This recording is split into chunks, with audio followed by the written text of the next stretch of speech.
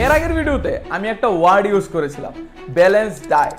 এর মানে কি কোনো খাবার খুব কম বা খুব বেশি না খেয়ে শুধু মোটামুটি খেলেই হবে, নাকি এখন থেকে আমরা পাল্লা বাটকারার একদিকে 200 গ্রাম ভাত এবং অন্যদিকে 200 গ্রাম সবজি মেপে মেপে খাওয়া শুরু করব এবং এতেই কি হয়ে যাবে ব্যালেন্স ডায়েট? আসলে ব্যালেন্স ডায়েট কথাটার মানে একটু অন্যরকম। ব্যালেন্স ডায়েট বলতে আমরা আগের ভিডিওতে যেসব নিউট্রিয়েন্টস গুলি সম্বন্ধে জেনেছি তা সঠিক পরিমাণে আমাদের দেহে পৌঁছানো। তুমি হয়তো ভাবছো বাইরের তেলে ভাজা না খেয়ে শুধুমাত্র ঘরের তৈরি হেলদি খাবার খেলেই হয়ে যাবে ব্যালেন্স ডায়েট। না, তাহলে আজকের ভিডিওতে আমরা জানবো একটি সুস্থ জীবনের জন্য কিভাবে খেলে ডায়েটটা ব্যালেন্স হয়ে যাবে। ব্যালেন্স ডায়েট সম্পর্কে জানতে হলে আমাদের আরেকটা বিষয় সম্পর্কে জানতে হবে, তা হলো ক্যালোরি। আমাদের সব খাবার যেমন সমান কাজে লাগে না, তেমনি সব খাবারে কিন্তু সমান শক্তিও থাকে না। আমরা খাবার খেলে তা শরীরে গিয়ে ভাঙে এবং তা থেকে শক্তি উৎপন্ন হয় এবং এই শক্তি মাপার এককই হলো ক্যালোরি। একটি মজার ব্যাপার হলো আমাদের রোজ বেঁচে থাকতে বিভিন্ন শারীরিক কাজকর্ম করতেও কিন্তু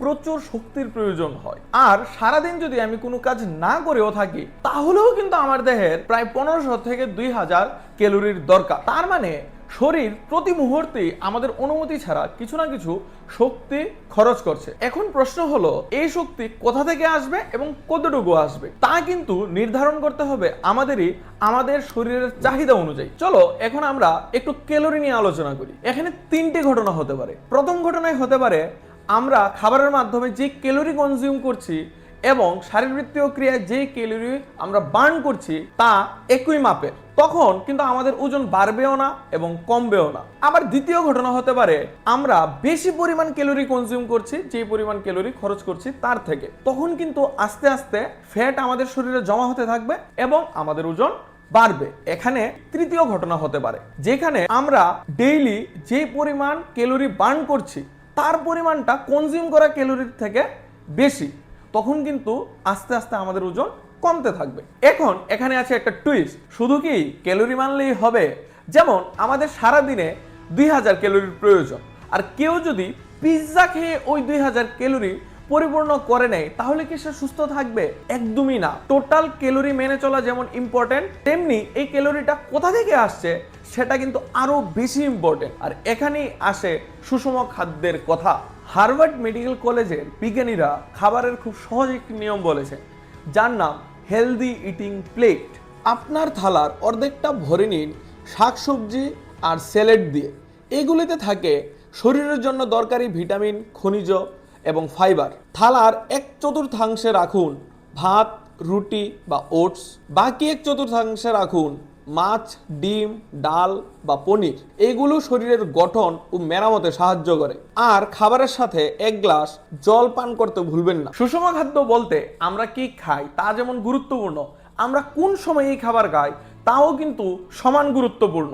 এবার ধরো তুমি শুধুমাত্র শাকসবজি, ফল এবং বাড়ির খাবারের মতন হেলদি খাবার খাও, কিন্তু তার যদি কোনো টাইম টেবিল ঠিক না থাকে তাহলে কিন্তু শরীর এই হেলদি খাবার থেকে ভালো করে পুষ্টি সংগ্রহ করতে পারবে না। তাহলে সুষম খাদ্য থেকে সঠিক পরিমাণ পুষ্টি নিতে হলে আমাদের কিছু টাইম টেবিল মেনে চলতে হবে। এবার সকালে ঘুম থেকে উঠে প্রথমে মোবাইল স্ক্রল না করে আমাদের খেতে হবে 1 বা 2 গ্লাস জল। এতে আমাদের শরীরটাও সতেজ হয় এবং আমাদের দিনটাও ভালোভাবে কাটবে। এর সাথে খাওয়া যেতে পারে 4-5টা ভেজানো বাদাম বা কিশমিশ। এর মধ্যে থাকে কিছু গুরুত্বপূর্ণ ভালো ফ্যাট, মিনারেলস এবং ভিটামিন। এবং এরপরেই আসে দিনের সবচেয়ে গুরুত্বপূর্ণ খাবার ব্রেকফাস্ট। এই ব্রেকফাস্টে আমরা সকলেই কিছু না কিছু খেয়ে থাকি, কিন্তু অনেকে আবার আছে যারা এই ব্রেকফাস্ট স্কিপ করে ডাইরেক্ট দুপুরের ভাত খায়। এটা কিন্তু ঠিক নয়। আসলে সারা রাত না খেয়ে থাকার পর সকালে আমাদের শরীরে সব থেকে বেশি শক্তির দরকার। তাই ঘুম থেকে উঠে 1-2 ঘন্টার মধ্যে আমাদের কিছু না কিছু ব্রেকফাস্ট করা দরকার, যার মধ্যে থাকতে পারে দুধ, ডিম, রুটি বা ওটস। এরপরে আসো দুপুরের খাবার। দুপুরের খাবারটা কিন্তু 12টা থেকে 1টার মধ্যে কমপ্লিট করা খুব দরকার।